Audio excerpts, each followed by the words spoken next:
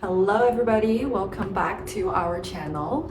So in today's video, I wanted to share with you guys the whole spay and healing process of Luna, the timeline, and some other stuff that happened after she could take up the cone and she's healed and everything. It's been a long couple of weeks, and this is not what I intended to share in this video. That was just very complicated, but that's what happened, and I'm just thinking about sharing it with you guys, and in case there could be any information that's helpful for you. So here's what happened. We brought Luna in on a Monday, which is 2 weeks ago. So Monday morning we brought her in for her spay surgery.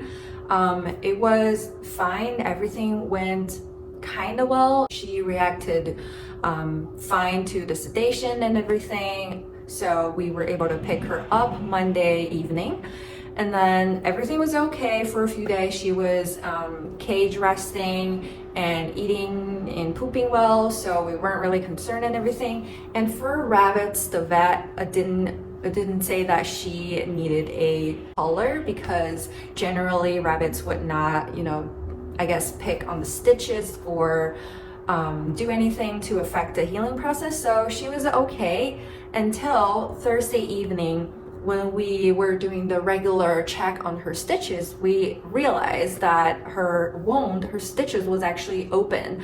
So we rushed to the emergency. They had to re-stitch her, so she had to sort of went through a small surgery again, but they fixed the stitches and they put a cone on her, brought her back, cage rest, and every day I have to clean up all the poops that she couldn't eat, which was kind of messy and disgusting. But as mom parents, we were just like, if she needs it, we would try everything to feed her whatever she needs. So after the re-stitch process, we brought her back for a recheck on Tuesday, I guess 1.5 weeks after the restitch. So the vet says she healed pretty good. There was no infection or anything. She could take up the cone, and she probably would pick on the scab, and that shouldn't be too worrying because it's basically all healed. And she did, like within 10 minutes after she was back in our apartment and cone off, she literally just chewed the scab off. And I mean, I still have it. It's not beautiful, so I'm not showing it to you, but the wound was good. She was very active, binky, and having zoomies, acting like how she used to be. So we were like, this is good. This is a good healing process. And then Wednesday, everything's good. And then Thursday morning, when we woke up, we realized she's just not herself at all. Like usually in the morning, she would be like, let me get my morning pellets. And then she would like want to get out and play around in the apartment so much. But Thursday morning, she was not interested in her food. We checked her hay. She ate a little bit, but not much.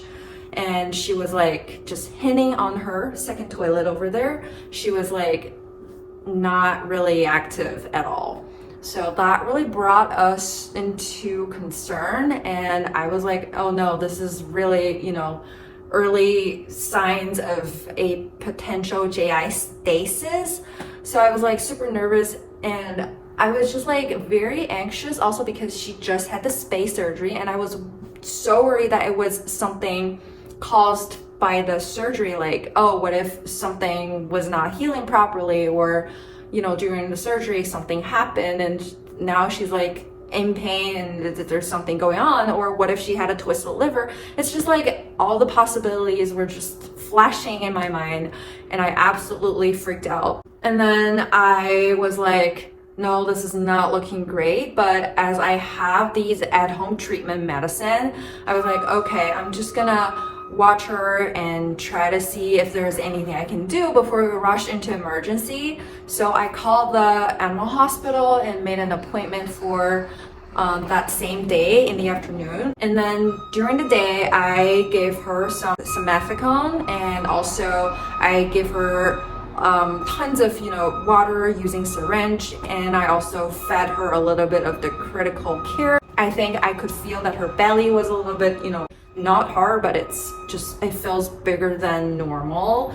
And she really was just like hinting, and I felt like she was pressing against her belly using her front paws and her back legs. She was sitting in a very weird, uncomfortable position. And because I feel like this is really some symptoms that barn rabbits would know, because everybody's different, but I just watched her during the day. There was no improvement. So by 4 p.m. I brought her in, and then the vet checked her temperature and do the just regular touch check. So nothing really concerned popped up right away, and they were like, I think it's just her stomach is full of food and there is gas lower around the intestine. So that was probably, a GI stasis. And what really concerned the vet, and that actually let us make the decision to left her in the hospital for a night to, just stay on IV drops and under observation, is when we check her temperature, it was actually lower than normal. So a rabbit's temperature should usually be between 101 to 103. But they checked her temperature. It was, I think the highest it got to was 98.7. So that really brought us to concern, and the vet suggested us to, just put her in hospitalization, and they're gonna give her tons of fluid, and they gave her some painkillers so that she could feel better. And with the help of the medicine, she might start pooping and the gas might start moving, and also she might, regain her appetite back. So that's what we did Thursday night, and today is actually Friday in the morning. We got the update from the vet because they close at 12 at night, so that was really good. They called us before they closed and gave us an update that Luna was actually doing much better. Her temperature bounced back, so they didn't need to give her any heating pad anymore. And from the x-ray and blood work, there was nothing that brought us to a concern that there could be an organ issue or anything. So that was good. And then from the x-ray, they actually said that actually the gas was already moving down, so that was a good sign, and with the help of medicine she should be fine. But one thing that was still like kind of concerning was that her kidney level was high, which could be from just the dehydration. We are actually going to go back for a recheck a week from now just to see if the kidney level goes down to normal, or if it's something even bigger that we should be concerned about.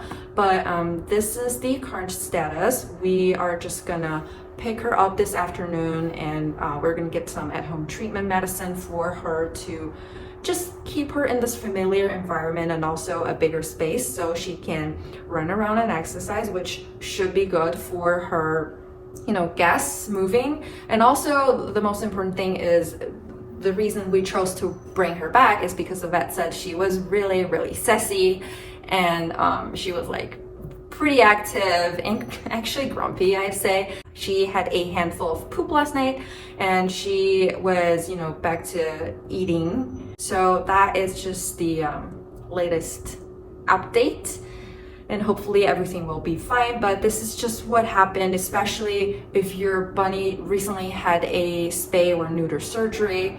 Be very aware of these kind of situations, because I believe for us, very likely the cause for this is she was wearing this cone for like a week and she couldn't groom herself at all. And when I actually cleaned up her toilet yesterday, I saw a ton of fur just at the bottom of her toilet. So, and I also observed that she was really like over grooming. And even though I brushed her a few times, I think it's probably my fault. I didn't brush her enough, and she probably ate too much hair, and those hairballs just get caught in her stomach. So good news, we were able to pick Luna up from the vet. She seems to be doing pretty good. She was like nervous for a little bit when she first got home, but I think it's also because it's in the afternoon. It's usually her nap time, but now she is crunching on her hay. We've got alfalfa and a little bit of oat hay and timothy in there, so that is a really good sign that she is back to eating. And you can see that there are a few poops in there, which are kind of dark, not the perfect condition, but that's good enough for now. At least she is pooping. And you can see that they actually shaved her front paws to give her IV. Can't really see, but so this poor bunny got a shaved paw and the other paw as well. All right, so here is the invoice we had for this whole GI Stasis hospitalization thing. The total was over $1,000, and we actually took away this critical care because I have it in hand. Since she is eating hay pretty well right now, I'll see if she needs critical care, but I probably would just give her a little bit anyway.